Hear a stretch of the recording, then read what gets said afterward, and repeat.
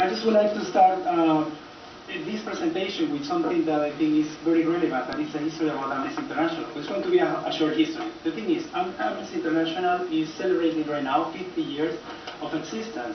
Happened when a British lawyer called Peter Benenson saw, just read the newspaper early in the morning in the underground, in the metro from London. I just saw the prison of two students in Portugal during the dictatorships of the dictator at that time. So he saw that that was unfair to be put in prison, two students just to be toasting and drinking and saying cheers for freedom. So that really was like a wake-up alarm for this lawyer, and he started to create awareness around his circle, around his network, and say, why is this wrong? Why this thing is so wrong?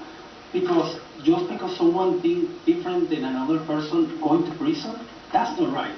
So start an initiative just to sign some letter and send to the Portuguese authorities to free those two students. And after so much pressure and so much letters to this Portuguese government, they just went free. So from that moment, just became a really important movement that just became global. The important thing is that sometimes we think that words have no meaning or words just are just words, but no, words have power to change things, power to change life. For example, 50 years ago, no one, and I mean no one going to prison for torturing someone else because it wasn't the word torture into the law. That's why Amnesty International proposed that as a law proposal to the United Nations. And from 50 years ago to now, it's possible to prosecute someone from torture. But torture has been always in the history of humanity. Also, was created another concept that is really relevant, is exactly in our days, and this is the part I want to make even more emphasis. That even if we are in a free society like here in Denmark, and we can see that we have so many freedom of speech and we have so many rights, at some point, in some circumstance, not necessarily have to be all the time there. It could be violated just because of a law. So for that matter, Amnesty International make the mention about the prisoners of conscience. Prisoners of conscience is all those people who are in prison just for the simple thing, for the simple fact of thinking different, for have a different color, for have a different race, for have a different belief, just for being different. In front of this injustice, Amnesty International started to campaign 50 years ago, as I said before, through letters. But in our present time, it's a way even more easier, more dynamic to make an impact in our present world and with all the injustice.